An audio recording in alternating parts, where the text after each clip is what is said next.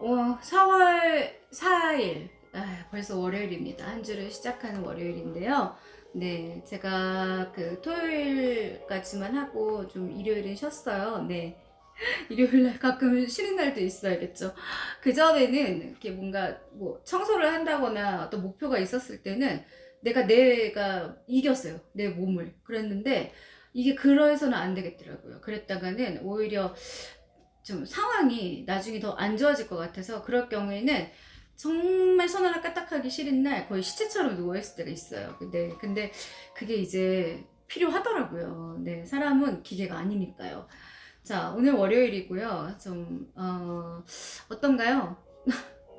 다들 지금 코로나 때문에 아직 이제 뭐 코로나는 뭐 감기야 뭐 이런 사람들도 있고, 아직 코로나 너무 무서워하는 이제 사람들도 있고, 여러 가지 부류들이 있는데, 그래도 이제 이게 지금 전 세계적으로 있는 그런 병이잖아요. 너무 무서운 역병이잖아요. 우리 중세시대 때 그 흑사병처럼 조심은 해야 될 것 같아요. 그래서 저도 정말 안 걸리기 위해서 이제 최선을 다해서 사람 많이 만나는 직업이다 보니까 노력하고 있습니다. 자, 오늘 이제 제가 드릴 말씀은 꿈을 쫓아 행동하자. 네, 드림. 꿈을 맨날 꾸는데, 그죠? 꿈을 쫓은 적도 있었죠, 어릴 때는. 뭐 어릴 때는 뭐 꿈이 막 바뀌잖아요. 뭐도 하고 싶고, 뭐도 하고 싶고. 근데, 꿈을 꿔봤나? 요즘 근래에서는? 근데 일단은 저는 다 이뤘어요. 제가 하고 싶은 것들은 이뤘는데 이 사람 욕망이 한도 끝도 없더라고요. 뭐가 또 하고 싶은 것 같아요. 아직은 잘 모르겠어요. 좀 약간 사춘기 때도 안 그랬는데 사춘기 같은 느낌? 자, 꿈을 좇아 행동하자. 위대한 업적을 이루려면 활동을 하는데 만족해서는 안 되고 반드시 꿈을 꾸어야 한다. 네, 아나풀 프랑스. 좀 약간 이름이 어렵네. 아나풀 프랑스. 그래서 위대한 업적을 이루면, 뭐 히딩크 감독도 그런 얘기 했었잖아요. 꿈에 대해서. 꿈은 꼭 이루어진다고. 이루어지는지 간혹 가다가 아이들한테 물어보거든요. 꿈이 뭐냐고. 공부 되게 잘하는데 꿈이 없대요. 뭔지 모르겠대요.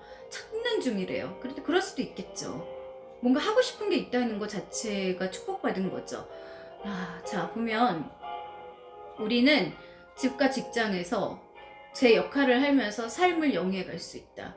근데 직장이 감옥이 되는 경우도 있어요. 제가 그 소통, 커뮤니케이션을 가르치지만 어떤 일이 있었냐면 한동안에 이제 유학 바람이 불어가지고 되게 많은 친구들이 이제 뭐 프랑스, 뭐 아니면 캐나다, 미국에 유학을 갔는데 왜 제가 이제 많이 약간 효용 가치가 있었냐면요. 소통이 안 되는 거예요. 이 친구들은 이제 이미 그 외국 문화에 이제 젖어 있다 보니까 한국에 와서 정말 이제 그 요직에 이제 임명들이 되잖아요. 대기업 같은데 직장을 다니는데 그 문제는 그 왕따가 진짜 많았었어요. 그러니까 일단 대화에 끼지 못하고 이 한국 사람들이 하는 말은 약간 은유법이 많은데 이제 외국 같은 경우에는 거의 직설화법이잖아요. 그냥 그런데 솔직하잖아요. 감정에.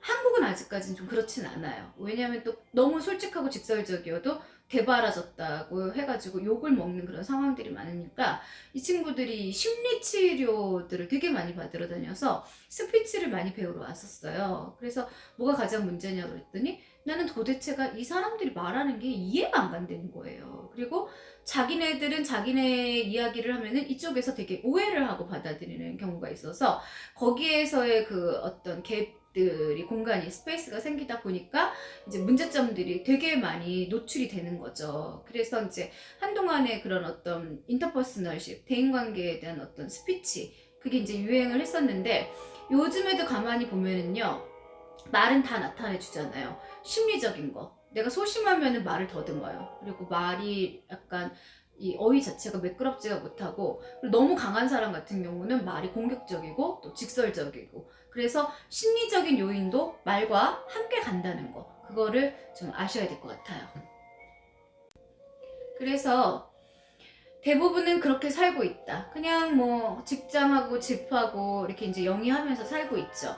우리는 사랑과 사람 간에는 사실은 이제 수많은 어떤 감정들이 존재하지만 그래도 사람이 사람과 살 수 있는 건 그 사랑이라는 거를 실천할 수 있는 그런 사람들의 힘이 있어요. 네. 그래서 사랑과 노력이라는 유산을 남기고 있다. 그래서 노력이라는 거는 배신을 하지 않죠. 내가 아무리 타고난 어떤 그런 머리가 있고 어떻게 보면은 상황들이 좋다 하더라도 노력하지 않는 사람한테 무언가가 가지는 않더라고요. 그래서 내가 가지고 있는 자산보다도 노력을 더 큰 자산으로 여기는 거, 그게 더 가치 있다고 생각을 해요.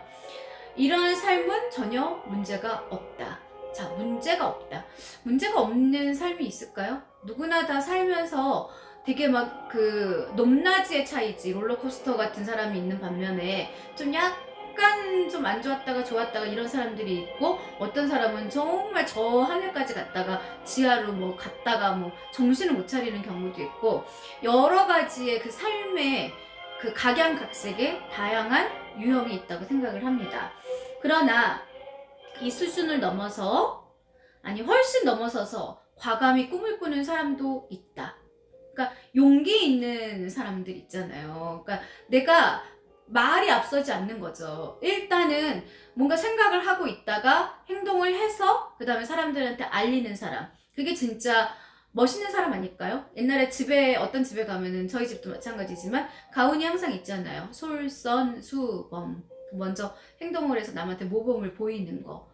그거를 굉장히 중요한 어떤 이제 그 가치라고 생각을 했던 그런 시절이 있었는데, 근래에는 약간 그 말할 때 보면은 허황된 사람, 허풍기가 있는 사람, 아니면 되게 거짓말을 그 진짜인 것처럼 막 이렇게 속이는 사람들이 주변에 많다 보니까 막 헷갈려져요. 그래서 그거 하나는 알으셔야 돼요. 사기꾼들의 특성은요, 일단 자기 자신을 굉장히 드러내요. 생색을 내요. 별것도 아니에요, 사실은. 깊이 들어가 보면. 그리고 명함 하나 이렇게 주고받았는데 자기가 이 사람하고 대단한 친분이 있는 것처럼 명함 하나 주고받았는데 밥 한 번 먹었다가는 뭐 난리 나겠어요. 그러니까 오늘 이 사람 만났는데 내일은 다른 사람한테 걔 알지? 걔 알지? 하고 팔고, 걔가 뭐 얘가 제가 막 이런 사람, 뻑하면 그냥 아무나 보고 그냥 형님 언니 이런 사람, 어우 막 급발진하면은 무섭죠. 근데 그런 사람들은 조심하셔야 돼요. 그리고 이유 없이 나한테 웃고 친절한 사람, 뭔가를 자꾸만 해주는 것처럼 말은 하는데 별건 안 오는 사람, 주로 이제 생색내기의 여왕들, 왕들, 조심해야 되죠. 그런 사람들하고는 100% 문서화를 하셔야 됩니다. 근데 재밌는 게 뭔지 아세요? 우리가 가끔 말이 무기고 말이 파워라고는 하지만 간혹은 글이 더 강한 경우도 있어요. 말을 했는데 안 통하는 사람이 있단 말이에요. 그런 경우에는 주로 뭔가 이렇게 공지사항, 그런 경우에 사람들이 되게 약하거든요, 의외로. 그래서 거기에 강력한 무언가를 남기는 것도 삶의 지혜라는 말이죠. 그래서 꿈과, 중요한 말이죠, 행동이 결합이 되면은, 네, 결합이 중요한 거예요. 꿈도 있어야 되고 내가 그걸 실천하는 행동력도 있어야 되고, 과학, 예술, 문화가 기막힌 발전을 이룰 수 있는 길이 활짝 열린다. 옛날에 이렇게 그 어떤 그 명언을 남겼던 분들, 뭔가 그 어떤 한 획을 그었던 분들의 이 생각 자체는요, 우리가 봤을 때는 나도 그런 얘기는 할 수 있어 하지만 뭔가 평범함을 넘어선 비범함이 있다는 거죠.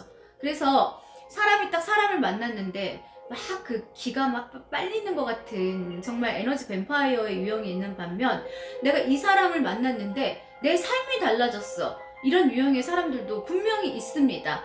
그래서 사람이라는 걸 만났을 때 화가 될 수도 있지만 이 사람을 만나서 복이 되는, 정말 내가 진짜 복을 지었구나 하는 그런 경우도 있다는 거를 아셨으면 좋겠어요.